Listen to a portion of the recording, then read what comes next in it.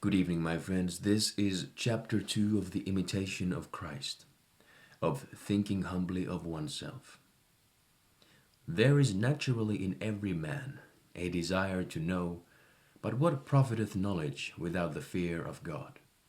Better of a surety is a lowly peasant who serveth God than a proud philosopher who watcheth the stars and neglecteth the knowledge of himself. He who knoweth himself well is vile in his own sight, neither regardeth he the praises of men.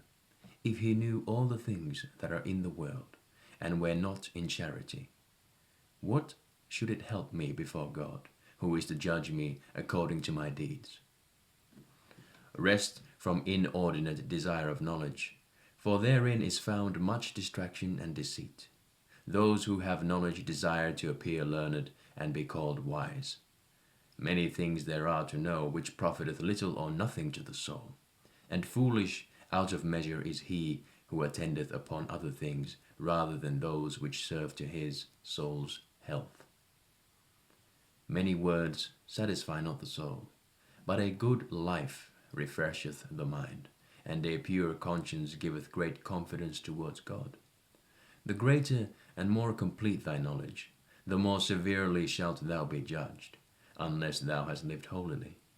Therefore, be not lifted up by any skill or knowledge that thou hast, but rather fear concerning the knowledge which is given to thee. If it seemeth to thee that thou knowest many things and understandest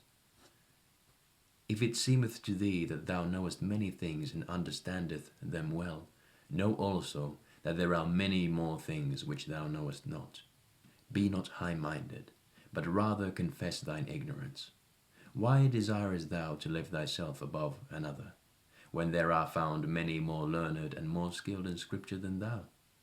If thou wilt know and learn anything with profit, love to be thyself unknown and to be counted for nothing. That is the highest and most profitable lesson, when a man truly knoweth and judgeth lowly of himself, to account nothing of oneself, and to think always kindly and highly of others. This is great and perfect wisdom.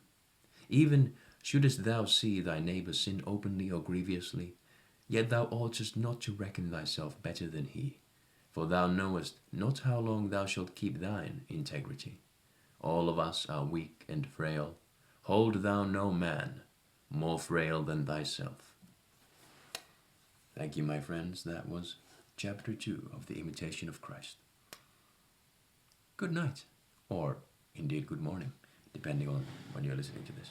Anyway, I shall see you in chapter 3.